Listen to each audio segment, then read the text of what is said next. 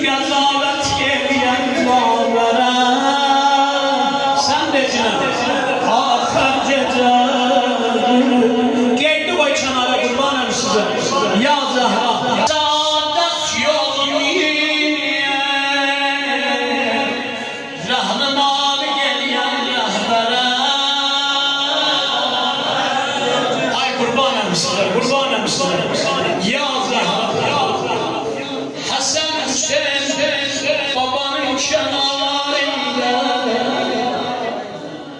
xəlqdən ürəklər son şey xas Zəhra kənarında olaydı. Allahu Ekber. Mənə xoş gəl